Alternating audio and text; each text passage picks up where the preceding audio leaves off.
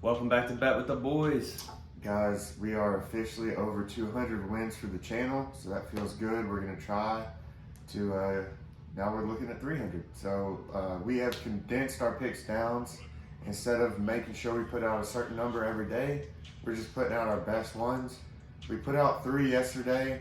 LeBron got scratched, so everybody who bet that got their money back. So it was no harm, no foul. So we put out 2 bets and we went 2-0. Yeah, we got the little mini sweep, if you want to call it that. Yeah. So we got 3 more bets today, looking to sweep again. We are also on the road to 500 subscribers, trying to get there as well. And just make sure you guys are hitting that like button, supporting us. It helps us out. First off, I want to say we are sponsored by Flip It Flagpole Holders. We got the demonstration right here. Yep. You just unscrew it and you flip it down. You don't even have to let down your tailgate. So Flip it's it not right back up. so it's not in the way. So check that out. Crazy. Fly you around a Bet with the Boys flag, send us a picture in. Still waiting on somebody to do that, and we're working on getting a flag as well. So Guys, yeah. last night's games, like we said, we won them. We had Golden State and the Kings under 221.5. Was it? Crushed it. It finished at 199. We had a system on that game that was hitting 58% of the time. Golden State was on a back-to-back, and it really showed last night in the total points. And we had the Arizona Coyotes Yep. plus 1.5. Game went to OT, and Arizona ended up beating the Blackhawks in overtime. Yeah, so absolutely smashed those 2 bets. So we weren't even close. Didn't even have to sweat it out. Yep. Guys, today we have 3 more. And that's why we're doing that. Those were our best 2 bets of the day, and they killed it. So we were forcing more picks, trying to get to 5 every day, and throwing out picks we weren't as confident about it. And yep, we're gonna narrow the picks down and really just give you all our best picks. So Yes. we got 3 today. We got the national championship. We actually got a pick on that. We didn't force it. And then we got 2 in the NHL, including a player prop and a spread. So Yeah, so starting off with that spread in hockey, guys, we have the Toronto Maple Leafs plus 1.5 versus the Tampa Bay Lightning. 7:30 p.m. game, minus 210 odds, so a little less smoke than normal. That's just because we feel very strongly about this game. It's kind of I know it's minus 210, but I really had to throw this in here because I feel so good about it. Maple Leafs and Tampa Bay Lightning, they both are very similar in their records. Last matchup was in December, so it's been a while. Tampa Bay won that game 5-3, I want to say. But the Maple Leafs are going to keep this game close, possibly even win this. But plus 1.5, it's just too much here. You're going to have to give an equal team plus 1.5. That's why it's minus 210, but we are taking that. So it's a 7:30 game. Yeah, both these teams are pretty much the same record. So, yeah, hockey is kind of tricky with the plus 1.5 or minus 1.5.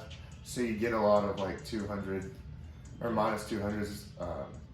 But this was It a is what lot it for is. me when I seen it. So that's bet number 1, even though we are giving up a little juice at minus 210 odds. Yeah, next up we have Brad Marchand under 3.5 shots on goal. Guys, this is minus 135, 7 p.m. game. He plays for the Boston Bruins, and they're playing the Columbus Blue Jackets. Yep. So, guys, he averages a little less than 3.5 shots on goal per game. 3.4 to Yeah. be exact. Yeah, But it's under. but it is under. So, and yeah. last, go ahead. I was just gonna say they played a few days ago, and he only shot one time on the goal. So, yep, we're taking the under. If he shoots 3, that's fine. We got it under 3.5. A little bit of insurance there with the half. So this is our first time on the channel doing a shots on goal. We're taking the under. It's the first time doing that on the channel. So let's kick it off with a good start. Let's go 1-0 on this. Yeah, as basketball winds down, we're gonna have to transition into baseball and other sports as we go. Yep. So we still obviously have the NBA playoffs and everything like that. And I want to say he does average 19 minutes per game on the ice. So that's not too much. So I feel pretty good about him taking less shots in that amount of time. So he basically gets a whole period himself. I mean, obviously they do it in shifts, but plays a third of the game. All right, guys. Next up, the national championship, the pinnacle moment for college basketball. We've waited all season, and it's another shade of blue matchup. UNC versus Kansas. Guys, both these teams have been impressive in the tournament. Kansas has been impressive all year, but UNC is ripping hot.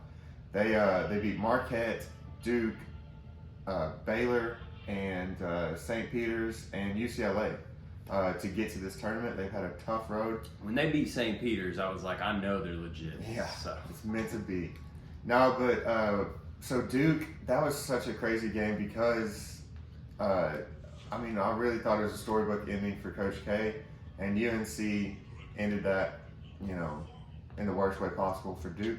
So, guys, today we're going UNC +4 versus Kansas because Kansas against Villanova shot 54% from the field and 54% from three. Yeah. Obaji was 6 of 7 himself from three, and he got out to a 4-4 start in the first 8 minutes of that game, and Villanova just could never get their feet under him. They started off slow. They ended up shooting 40. I think it was 41 or I think something. it was 42. Yeah. Low 40s in field goals for the game, but really they started off very slow, and Kansas started off super hot.